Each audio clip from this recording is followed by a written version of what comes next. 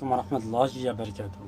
দর্শকবৃন্দ, ইরানের সাথে যৌথভাবে ইসলি এবং যুক্তরাষ্ট্রের সাথে যুদ্ধ করার জন্য যে দুটি আরব দেশের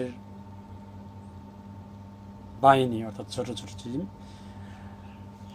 সংযুক্ত হতে যাচ্ছে, সেই খবরটি দিয়েছেন ইরানের বর্তমান যে সর্বোচ্চ নেতা আছে তিনি বলছেন যে ইরানের সার্বভৌমত্ব রক্ষা করার জন্য এবং ইরান ভূখণ্ড আলাদা যাতে না হয়, আলাদা যাতে না করতে পারে মার্কিন যুক্তরাষ্ট্র, সেজন্য তারা যুদ্ধ করার জন্য প্রস্তুত এবং রেডি আছে।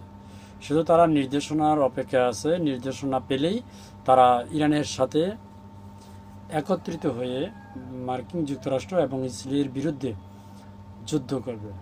রাষ্ট্র দুটা নাম হচ্ছে ইয়েমেন এবং ইরাক, তবে সরকারিভাবে নয়।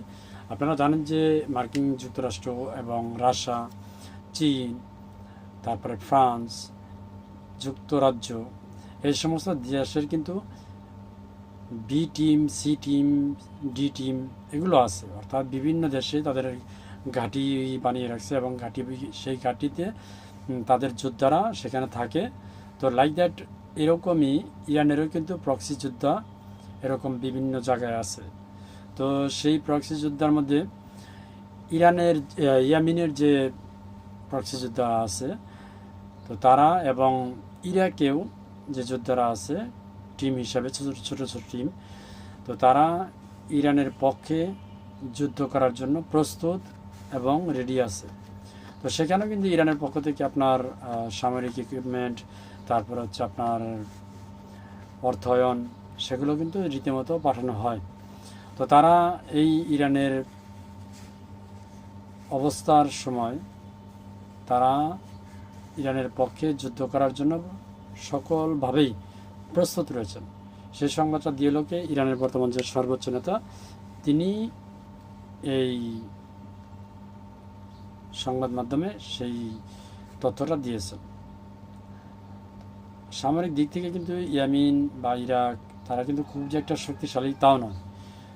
তবে এই ইরানের যে প্রক্সি যুদ্ধ আমরা যেটা বলি আর কি, বাংলা ভাষায় বুঝি, তারা ইরানের পক্ষে যুদ্ধ করার জন্য সম্পূর্ণভাবে প্রস্তুত রয়েছে। আসলে ছোট ছোট কণা থেকেই কিন্তু বড় একটা কিছু হয়। যেমন একটা আমরা বাংলায় যে একটা প্রবাদের কথা বলি, সরিষা কুড়াতে কুড়াতেই বেল হয়, তদ্রূপ এরকম।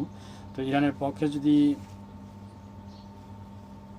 ছোট ছোট দেশ বা ছোট ছোট আকারে মানুষ যদি সমর্থন করে ছোট ছোট দেশগুলো, তাহলে কিন্তু ইরানের বিশাল একটা জয়।